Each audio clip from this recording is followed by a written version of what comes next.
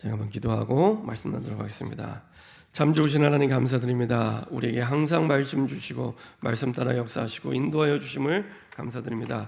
우리 힘으로 우리 능력으로 살지 않게 하시고 오직 하나님의 주시는 말씀 따라 살아가는 우리의 삶과 인생 될 수 있도록 주님 인도하여 주시옵소서.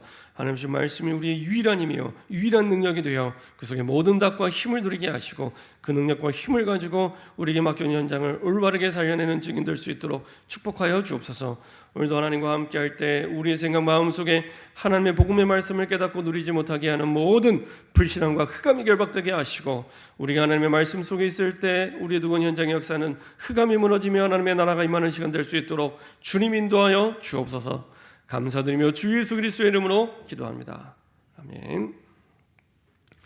오늘 함께 나눌 말씀 제목은 엘리사가 미리 가진 것입니다. 엘리사가 미리 가진 것입니다.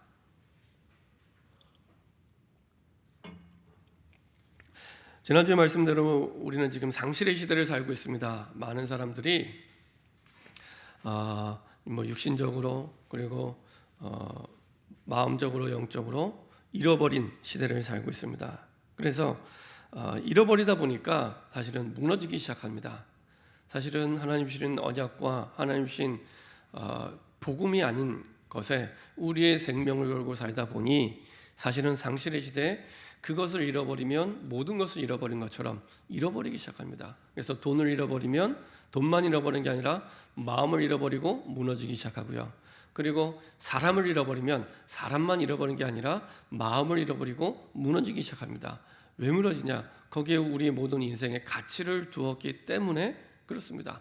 복음의 가치를 둔 것이 아니라 거기에 우리 인생의 모든 걸 가치를 두어서 상실의 시대에 하나를 잃어버린 게 아니라 줄줄이 많은 것들을 잃어버리게 됩니다. 그 가운데 하나님 보실 때 가장 중요한 것을 잃어버렸는데 그것이 뭐냐? 언약을 잃어버린 것입니다.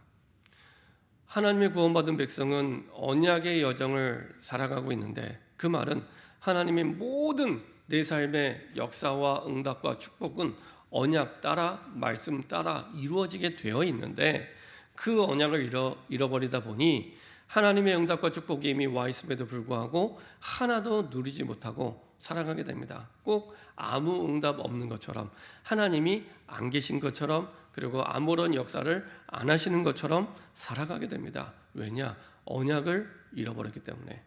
언약을 잃어버렸다는 것은 모든 것을 잃어버린 겁니다. 하나를 잃어버린 게 아니라 모든 것을 잃어버린 겁니다. 그래서 우리의 보여지는 문제가 아니고 사실은 근본적인 문제는 하나님의 언약을 잃어버린 겁니다. 하나님과 함께할 때만 행복한 인간이 하나님의 언약을 잃어버리니 사실은 모든 걸 잃어버리게 됩니다. 그래서 그런 사실은 피할 수 없는 고통과 문제와 저주와 재앙이 계속해서 오게 되죠. 근데 많은 사람들은 자꾸만 오해를 합니다. 눈에 보이는 문제 때문에 내가 어려움이 온 것처럼 눈에 보이는 문제와 아픔 때문에 내가 힘든 것처럼 이렇게 생각합니다. 그렇지 않습니다. 언약을 잃어버린 겁니다. 언약을 잃어버린 것의 원인을 찾지 않으면 사실은 근본적인 원인을 찾을 수 없고 또 계속 방황하게 됩니다. 그래서 여러분들이요, 언약이 회복될 때 모든 것이 회복되기 시작합니다. 그 언약 안에 모든 것을 살리는 답이 있고 능력이 있고 힘이 있습니다. 다윗은 이 비밀을 가지고 있었습니다. 다윗은 그래서 구약시대 그 누구보다도 하나님과 함께함을 최고로 누렸던, 그냥 누린 게 아닙니다. 오직으로 누렸습니다. 내가 하나님과 함께하는 게 가장 중요하다, 제 1순위다, 이게 다다, 이렇게 누린 사람입니다. 하루 가운데 가장 중요한 시간에 가장 중요한 우선순위를 두고 하나님을 누렸던. 그래서 아침에 깰 때 시편 5편 3절에 보면 가장 먼저 한 일이 하나님을 바라보는 일이었습니다. 해 뜨기 전에 새벽 시간을 얘기하죠. 그리고 가장 하루를 마무리하면서 마지막에 한 일이 사실은 하나님과 함께 깊은 기도하는 거였습니다. 이게 다윗의 일과였고 가장 중요한 일과였습니다. 그래서 다윗은 이미 양의 우리에 있을 때 하나님이 나와 함께 하시는 위대의 비밀을 누렸습니다. 오직으로 누렸습니다. 이게 다구나. 많은 사람들이 그렇게 생각을 합니다. 돈이다라고 생각을 하고요. 지식이다라고 생각을 하고 능력이다라고 생각하고 사람이다라고 생각합니다. 그래서 그거를 상실했을 때 무너지기 시작합니다. 무너지지 않더라도 거기에 내 인생에 가치를 줬다는 특징이 뭐냐? 뭔가를 내가 가치를 두고 잃어버리기 시작하면은 흥분하기 시작하고 화내기 시작하고 그리고 거기에 대해서 많은 마음을 잃어버리기 시작합니다. 거기에 내 가치를 두었기 때문에 그렇습니다. 아무 가치 없는 것이 없어졌는데 내가 흥분하고 화내거나 그러지 않잖아요. 그죠? 내가 흥분하고 화낸다는 이야기는 거기에 내 가치를 둔 겁니다. 내가 사람 때문에 흥분하고 화를 낸다? 거기에 내 가치를 둔 겁니다. 그게 내 자녀가 됐든 남편이 됐든 아내가 됐든 만나는 사람이 됐든 거기에 내 가치를 둔 겁니다. 돈에 내 가치를 뒀기 때문에 돈을 잃어버리면 거기에 흥분하기 시작합니다. 그렇죠? 복음의 가치를 둔 게 아니라 거기에 내 인생의 가치를 둔 겁니다. 그래서 어려운 겁니다. 하나님은 그거를 치유하려고 나에게 끊임없이 말씀하고 계십니다. 근데 안 들려요. 분명히 하나님의 언약 속에 나를 사랑하셔서 끊임없이 말씀을 주고 계시는데 그 말씀, 그 언약이 나에게 답이 되지 않고 있습니다. 그래서 다윗은 어려서부터 양의 우리 있을 때, 목동일 때 아무 사람이 없고 양만 있는 그때 혼자 있는 그 시간, 빈 시간에 하나님과 함께하는 시간을 최고로 누렸던 사람입니다. 어떻게 누느냐? 오직. 근데 시편 78편 10절에 뭐라고 얘기하냐면은 그때 양의 우리에 있을 때 왕으로 선택했대요. 우리 상식에는 왕궁에 있을 때 왕으로 선택해야 되는데 양의 우리에 있을 때 왜 선택했냐? 이것 때문에 선택한 겁니다. 하나님과 함께하는 비밀을 최고로 누렸던 사람. 그렇죠? 이 사람입니다. 그래서 하나님과 함께하는 이 위대의 비밀, 임마누엘의 축복은 구원받은 하나님의 자녀에게 모든 것입니다. 꼭 기억하고 평생 기억하셔야 됩니다. 모든 것입니다. 그것을 잃어버리는 순간 모든 거 잃어버립니다. 그것을 잃어버리는데 내가 돈을 많이 벌었다? 아무 의미 없습니다. 절대로 축복이 되지 않습니다. 내가 위대의 비밀 없는데 공부가 너무 잘 된다? 아무 의미 없습니다. 하나님과 아무 상관없습니다. 그 말은 절대로 하나님의 축복이 될 수 없습니다. 그래서 하나님과 함께하는 비밀이 다다. 이게 다윗의 오직이었습니다. 그리고 이것이 다윗의 유일한 힘입니다. 세상 사람들은 돈이 힘이잖아요. 거기에 가치를 두었기 때문에. 세상 사람들은 사람의 힘입니다. 그래서 막 많은 사람들 만납니다. 근데 다윗의 힘은 하나님과 함께하는 게 힘이었고 그냥 힘이 아니라 유일한 힘이었습니다. 그게 다른 부분입니다. 시편 78편 71절 72절 보니까요. 그 속에서 하나님이 한 나라를 다스리는 왕으로 한 시대를 살리는 왕으로 준비하십니다. 그 속에서 준비하시는 겁니다. 어떻게 준비합니까? 마음의 완전함으로 손의 능숙함으로. 마음의 완전함의 말은 지난주 말씀드린 대로 하나님의 뜻이 하나님과 통했다는 겁니다. 하나님의 뜻이. 그러니까 하나님의 마음에 합한 자라. 그걸 보고 마음의 완전함. 어떻게 우리 마음이 하나님도 아닌데 완전합니까? 완전한 하나님의 마음을 내 마음에 담은 겁니다. 완전한 하나님의 생각을 내 생각에 담은 겁니다. 완전한 하나님의 뜻을 내 삶에 담은 겁니다. 그래서 완전함이라고 표현하고 있는 겁니다. 마음의 완전함. 그 속에서 당연히 손의 능숙함도 주십니다. 스킬, 능력, 기술 그 속에서 당연히 주십니다. 왜냐? 하나님의 뜻을 이루어야 되기 때문에. 다윗이 왕이 돼서 나라를 다스리는 것은 다윗의 뜻이 아니라 하나님의 뜻이기 때문에 주셔야만 됩니다. 안 주시면 불법입니다. 그래서 한 가지만 질문하시면 됩니다. 하나님의 뜻이 뭐냐? 어떤 상황, 무슨 상황, 어떤 일을 만나든지 한 가지만, 구원받은 하나님의 자녀에게 한 가지만 질문하시면 됩니다. 하나님의 뜻이 뭐냐? 그렇죠? 늘 하나님과 함께함을 누렸던 사람에게는 사실은 물어볼 필요도 없이 하나님 계속 깨닫게 하십니다. 사실은 그 흐름 속에 있기 때문에. 근데 오랫동안 하나님에 떠나 있을 때는 정말 물어보시면 됩니다. 하나님의 뜻이 뭐냐? 그러면 그 속에서 하나님은 응답을 주시는데 어느 정도 주시냐? 유일성의 응답을 주십니다. 아무도 쓰러뜨릴 수 없는 골리앗을 쓰러뜨리게 하십니다. 그죠? 이건 다윗이 쓰러뜨린 게 아닙니다. 하나님이 쓰러뜨린 겁니다. 그래서 세상 사람들이 잘 모르고 이 비유를 쓰잖아요. 뭐 이렇게 약한 사람과 뭐 이렇게 대단히 강한 사람과 싸울 때 다윗과 골리앗의 싸움이다 이렇게 얘기하는데 그거는 잘 몰라서 하는 얘기입니다. 다윗과 골리앗의 싸움은요 무조건 백전백승입니다. 절대로 골리앗은 100번 싸워서 이길 수 없습니다. 다윗과 싸우는 게 아니라 하나님과 싸우는 거기 때문에 절대로 골리앗은 이기지 못합니다. 그렇죠? 하나님은 절대로 이길 수밖에 없는 이스라엘 백성 가운데 다윗은 소년이었고 군인도 왕도 장군도 하지 못하는 일을 다윗이 하게 하십니다. 유일성의 응답. 그렇죠? 그래서 전향을 지키는 중에 이스라엘을 기르게 하심. 그러니까 분명히 목동으로 소년 시절에 양을 기르고 있었는데 왕으로 나라를 다스리는 준비를 그때 시킨 겁니다. 나중에 왕이 돼서 아니면 왕이 될 때쯤 시킨 게 아니고요. 이미 목동 때 하나님은 준비시키고 이제 이끌어 가십니다. 그래서요. 렘넌트를 살리고 교육하는 게 너무 중요합니다. 이때 사실은 다 결정되는 겁니다. 이때 렘넌트 때.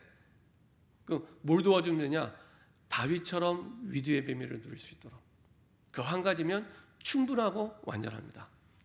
다윗처럼 하나님과 함께하는 비밀을 누리도록. 그러면요. 어느 곳에 있든지 혼자 있어도 살아남고 살아남는 정도가 아니라 살리는 사람이 됩니다. 그냥 살리는 게 아니라 만나는 모든 사람을 살리고 가는 모든 현장을 살리고 전 세계를 살리는 사람이 됩니다. 딱 하나입니다. 하나님과 함께할 때. 그렇죠? 그래서 능력이 모자라도 괜찮고 부족해도 괜찮고 연약해도 괜찮습니다. 힘이 없어도 괜찮고 나이 들어도 아무 상관없습니다. 하나님과 함께하는 비밀. 그 안에 모든 능력과 응답과 축복이 있습니다. 절약을 지키는 중에 양을 기른 게 아니라 이스라엘을 기르게 하셨다. 이렇게 표현하고 있고요. 그래서 지금 있는 현장 반드시 세계복음화와 연결됩니다. 아니 내가 언제 세계복음화 해라고 하시면 아닙니다. 지금 있는 현장을 살리면 반드시 세계복음화와 연결됩니다. 지금 내가 만나는 사람 지난 주간에 누구를 만났습니까? 그 사람을 살리는 것이 세계복음화와 연결됩니다. 매일 만나는 사람 있잖아요.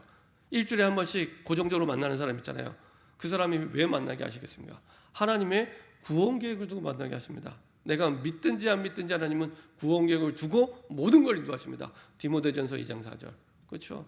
하나님은 모든 사람이 구원 얻기를 원하시기 때문에. 그래서 지금 있는 현장에 지금 만나는 사람을 살릴 때 반드시 세계복음화와 연결되는 응답이 됩니다. 어느 정도로 하나님이 완전하게 역사하셨습니까? 블레셋이 늘 이스라엘 백성들을 오랫동안 수백 년 동안 괴롭혔는데 블레셋에서도 완전히 승리하게 됩니다. 못 쳐들어올 만큼.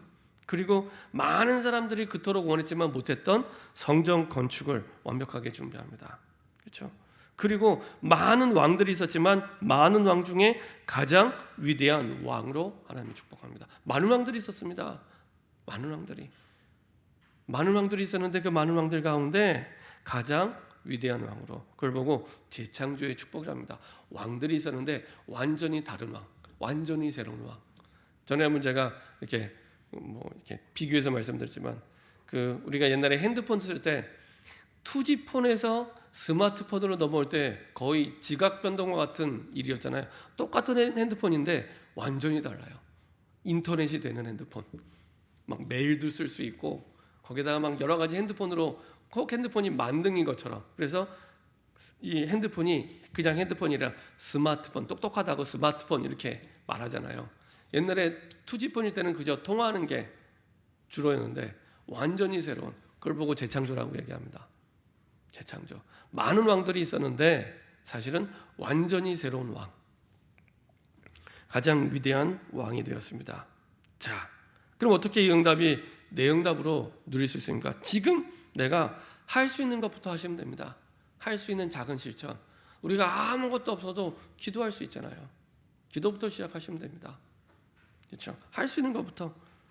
그걸 보고 당연성 이렇게 합니다. 당연히 내가 지금 할 수 있는 것부터. 무리하게 못하는 걸 억지로 할 필요 없습니다. 그래서 렘넌트들 이렇게 기도 시킬 때도요, 1시간 2시간씩 기도 못 하잖아요. 그냥 성경책만 펴도 돼. 그게 오늘 너 기도야 라고 얘기할 만큼. 그렇죠? 그거는 그것만 바라보는 게 아니라 멀리 먼 훗날을 바라보고 오늘 시작하는 겁니다. 할 수 있는 것부터. 그렇죠? 당연성. 그러면요, 지속하고 반복하다 보면 그 속에서 되어지는 게 나옵니다. 하나님이 하시네? 이런 것들이 나오기 시작합니다. 그걸 보고 필연성, 필은 반드시 온다는 얘기입니다. 반드시 옵니다. 하나님이 원하는 방향을 두고 내가 작은 실천을 시작할 때 반드시 되어지는 것이 옵니다. 나와 상관없이. 되어진다는 말은 나와 상관없이 하나님이 하시는 걸 얘기합니다. 그리고 그 속에서 하나님이 주신 걸 보게 됩니다. 하나님이 주신 거. 그래서 다른 사람들은 어렵다고 하는데 나한테는 쉬운 일이 되는. 왜냐? 하나님이 주신 거기 때문에. 그걸 보고 절대성이라고 얘기합니다. 왜? 절대적인 응답 속에 주신 거기 때문에 절대성 이렇게 얘기합니다. 그래서 어떤 일을 하든지 무슨 일을 하든지 이렇게 하시면 됩니다. 당연한 것부터. 그러면 반드시 하나님이 문을 열어가시는 되어지는 게 있습니다. 그쪽으로 성령인도 받으시면 됩니다. 그리고 그 속에서 하나님이 주신 거 딱 보게 하십니다. 이 절대성, 사실은 오직의 응답이죠. 그러면 다른 사람은 어려운데 쉬운 일이 됩니다. 다윗에게 있어서 골리앗을 넘어뜨리는 건 어려운 일이 아닙니다. 쉬운 일입니다.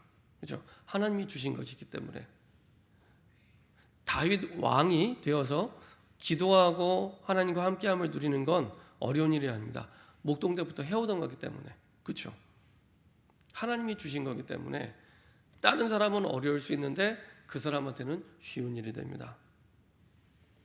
이 가운데 이제 다윗 시대가 끝나고 솔로몬 시대가 되고 솔로몬 시대 이후에 드디어 이제 이스라엘이 둘로 쪼개게 됩니다. 그 조그마한 땅이 사실은 솔로몬의 죄로 말미암아 그 남유다와 북이스라엘로 나뉘게 됩니다.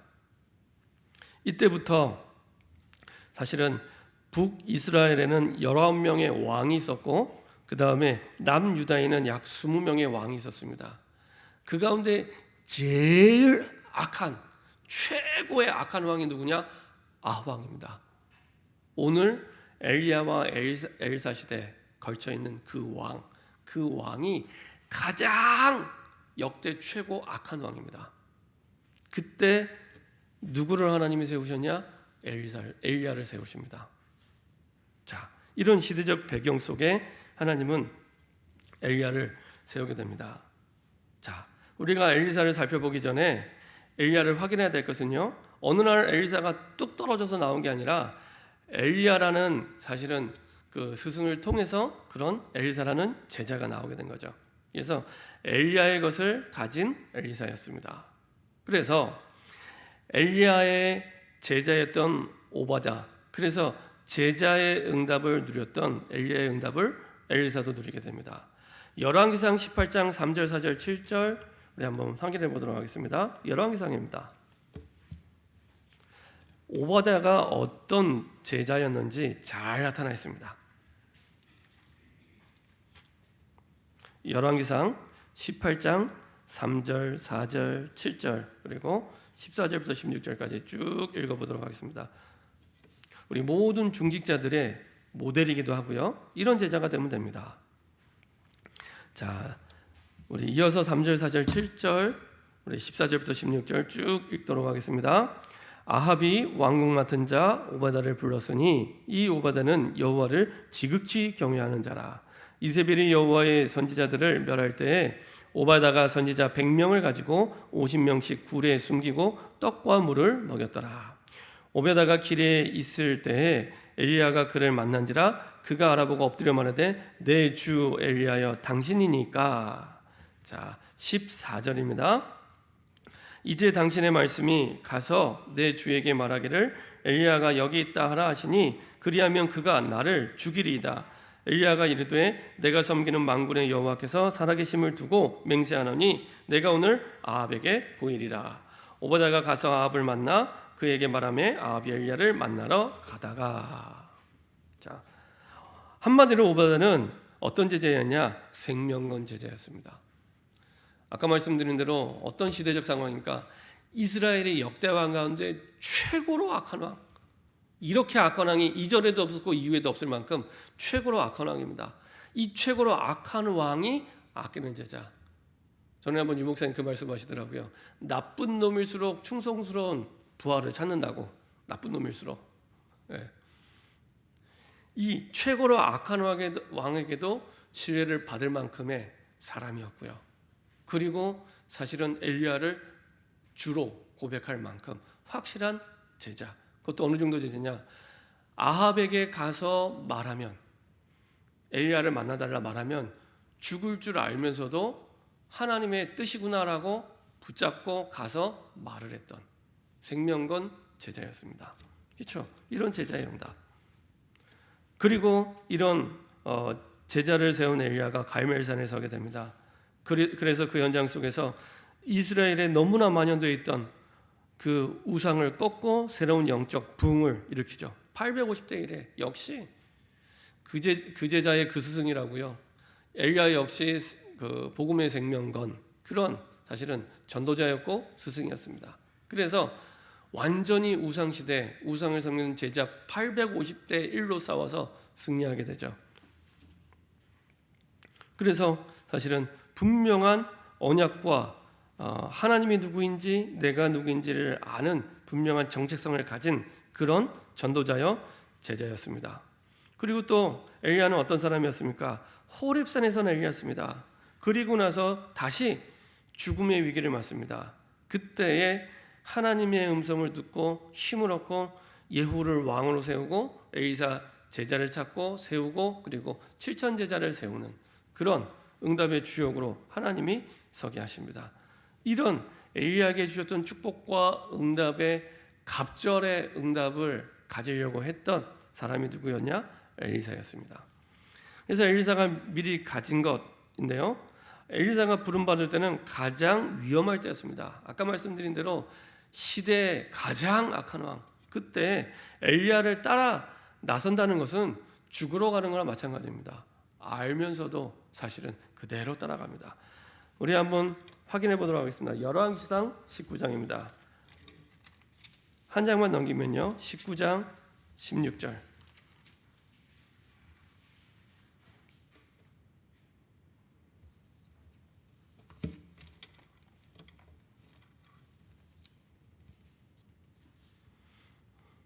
엘리야에게 주신 그 약속대로 사실은 응답을 받게 되죠. 자, 16절, 18절 같이 합독해서 읽도록 하겠습니다. 너는 또 님스의 아들 예후에게 기름을 부어 이스라엘의 왕이 되게 하고 또 아멜무라 사밧의 아들 엘사에게 기름을 부어 너를 대신하여 선지자가 되게 하라. 그러나 내가 이스라엘 가운데 7천 명을 남기리니 다 바알에게 무릎을 꿇지 아니하고 다 바알에게 입맞추지 아니한 자니라. 이렇게 말씀하고 있습니다. 자, 그리고 그 언약 따라서 19절, 20절, 21절 계속해서 읽도록 하겠습니다. 엘리야가 거기를 떠나 사밧의 아들 엘사를 만나니 그가 12겨리소를 앞세우고 밭을 가는데 자기는 12째 겨리소와 함께 있더라. 엘리야가 그리로 건너가서 겉옷을 그 위에 던졌더니 그가 소를 버리고 엘리야에게로 달려가서 이르되 청하건대 나를 내 부모와 입맞추게 하소서. 그리한 후에 내가 당신을 따르리이다. 엘리야가 그에게 이르되 돌아가라. 내가 내게 어떻게 행하였느냐 하니라.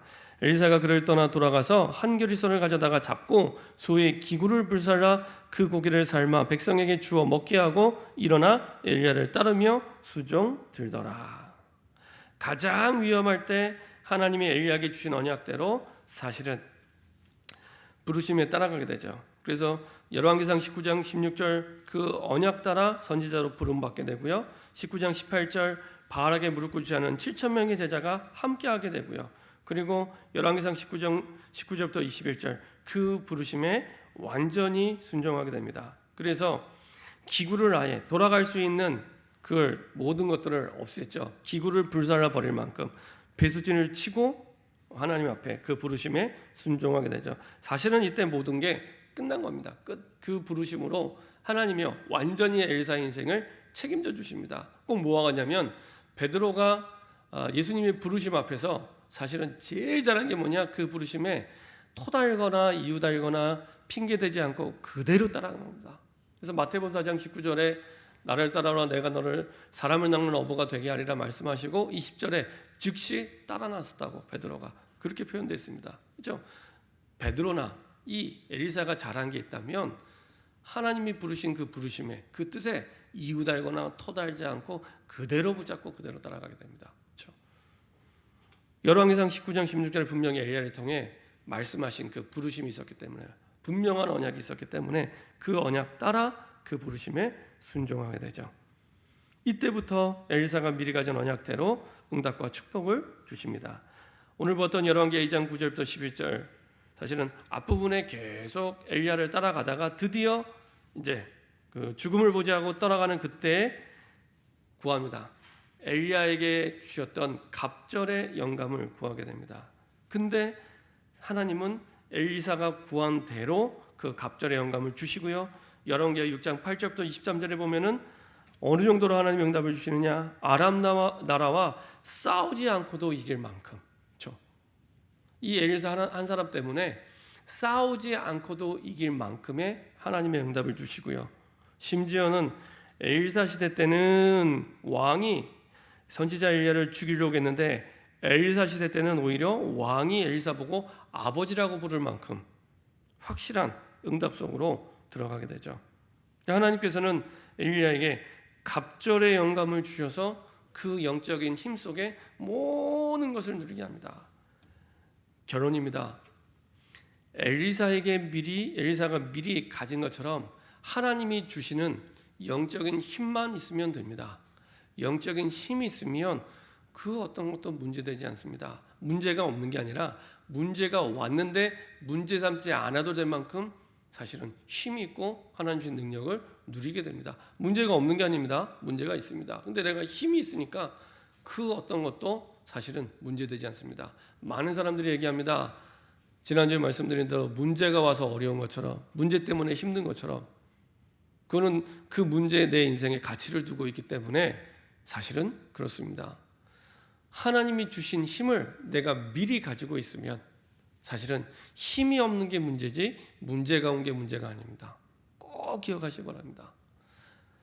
시대적인 문제, 국가적인 문제가 왔을 때 엘리사는 사실은 아람 나라와 싸우지 않고도 이길 만큼의 영적인 힘을 가지고 있었습니다. 그래서 237 나라를 살게 될 저와 여러분들에게 하나님께서는 분명히 약속대로 이유 있는 힘을 주시리라 약속을 주셨기 때문에 영적인 힘, 정말로 하나님 주시는 영적인 힘을 가지고 있기만 하면 어떤 문제가 와도 괜찮습니다. 어떤 사람을 만나도 괜찮습니다. 그래서 하나님이 주신 영적인 힘을 구할 때 우리가 꼭 참고해야 될 부분이 있습니다. 첫 번째로 하나님이 정말 원하시는 것을 찾아야 됩니다. 그러니까 하나님의 뜻이 뭐냐? 하나님이 원하는 게 뭐냐? 문제가 왔는데, 일이 있는데 내가 꼭 내 현장을 살려야겠는데 하나님이 원하시는 게 뭐냐? 이걸 찾는 게 첫 번째입니다. 그걸 보고 최적, 이렇게 하면 최적, 하나님이 원하시는 뜻이면 이 사람이 최적의 사람이 됩니다. 그 속에서 하나님이 이유 있는 하나님의 뜻에 따라 이유 있는 영적인 힘을 주시고요, 최선을 다할 수 있는 힘을 주시고요, 최고를 향해, 최고의 목표를 향해 가도록 하나님이 인도해 주십니다. 왜냐? 하나님의 뜻이기 때문에 하나님은 그 속에 최고의 목표와 최고를 향해서 달려가게 하시죠. 자, 그리고 그 속에서 하나님은 이유 있는 영적인 힘을 미리 가지게 하십니다. 하나님의 뜻이 맞기 때문에, 하나님이 원하는 걸 붙잡았기 때문에. 그래서 하루에 한 번은 내가 모든 것을 기도와 연결하는 기쁜 기도의 시간이 있으면 됩니다. 하루에 한 번은 내 모든 것, 감사한 것, 힘든 것, 어려운 것, 모든 것을 기도와 연결할 수 있다면 그 사람은 반드시 응답받습니다. 기도와 연결할 수 있는, 그래서 모든 것을 기도와 연결할 수 있는 깊은 기도의 시간. 그렇죠? 다윗은 목동 때 이미 그것을 누렸던 사람이고요. 그래서 왕이 돼서도 부담되지 않고, 사실은 왕이 돼서도 최고로 하나님 주신 응답과 축복을 누렸던 것처럼 엘리사도 마찬가지입니다. 역시 하나님을 떠나 가장 어려운 시대, 가장 힘든 시대를 살았음에도 불구하고 그 시대를 살릴 만큼의 축복과 응답을 누리게 하시죠. 이때부터 우리의 사실은 그 버려진 현장, 버려진 곳, 버려진 영혼들이 보이기 시작합니다. 사실 그걸 보고 사명이라고 합니다. 사명. 보여지기 시작합니다. 복음만 들어가면 살려낼 수 있는데, 복음만 들어가면 회복시킬 수 있는데, 복음이 필요한데 버려진 현장을 보게 하십니다. 그게요, 그 사람에게 주신 사명입니다. 그래서 그 사명 때문에 하나님은 또 이유 있는 힘을 허락해 주십니다. 아까 말씀드렸듯이 이때 당시의 시대적 배경이 사실은 가장 악한 왕이었잖아요. 근데 이 시대뿐만 아니라 북이스라엘 전체를 바라봐도 사실은 그 19명의 왕들이요 전부 하나같이 악한 왕들이었습니다. 북이스라엘은. 그나마 남유다는 선한 왕들이 간간히 일어났는데 뭐 히스기야 왕이라든지 요시야 왕이라든지 있었는데 북이스라엘 왕들은 전부 악한 왕이었습니다. 그 가운데 아합은 그야말로 최고로 악한 왕이었고요. 근데 이것은 뭘 말하냐면 이스라엘의 그 왕국의 흥망성쇠는 뭐와 관계 있냐? 이 공격해오는 블레셋이나 공격해오는 뭐 아람 군대에 영향받는 게 아니라 하나님과의 관계 속에 모든 게 결정이 됩니다. 하나님과의 관계 속에서 왕국의 흥망성쇠가 결정이 됩니다. 그 말은 북이스라엘의 19명의 모든 악한 왕이 될 수밖에 없을 만큼 하나님의 관계가 단절되어 있고 언약은 상실한 시대를 살았던 겁니다. 그렇죠? 이게 왕국뿐만 아니라 그 시대도 마찬가지고 개인 가정 가문도 마찬가지입니다.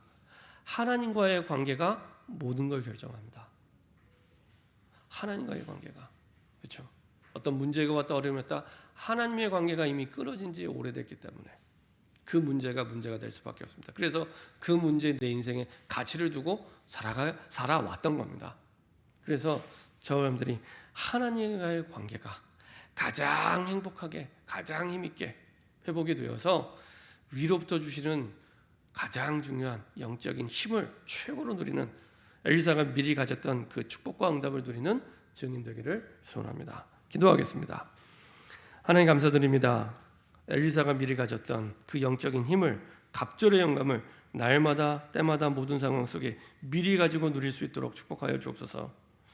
정말로 하나님이 원하시는 뜻을 붙잡고 이유 있는 영적인 힘을 날마다 누릴 수 있도록 주님 인도하여 주옵소서. 하나님과의 관계가 가장 행복한 임마누엘의 증인 되게 하여 주옵소서. 감사드리며 주 예수 그리스도의 이름으로 기도합니다. 아멘.